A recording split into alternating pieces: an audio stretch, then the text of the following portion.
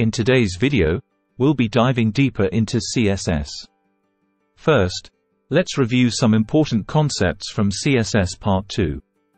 Now, let's talk about CSS selectors and how they are used to select HTML elements. The most common selectors are element selectors, class selectors, and id selectors. We can also use attribute selectors to select elements based on their attributes.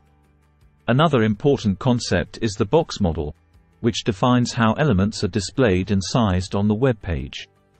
Understanding the box model is crucial for controlling the layout and spacing of elements.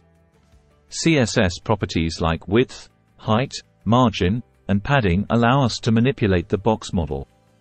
Next, let's discuss CSS positioning, which determines how elements are placed on the web page.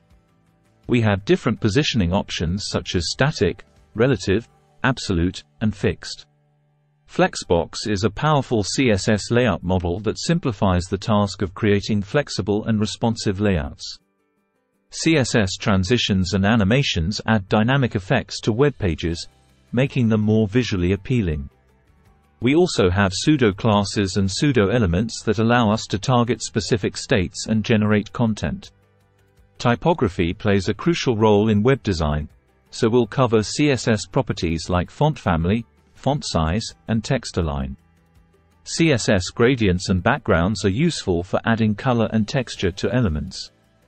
Responsive design is a must-have nowadays, and CSS media queries enable us to create adaptive layouts for different devices.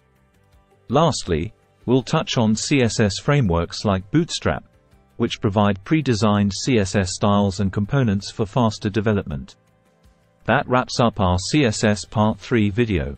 Stay tuned for more exciting tutorials from Amatip IT.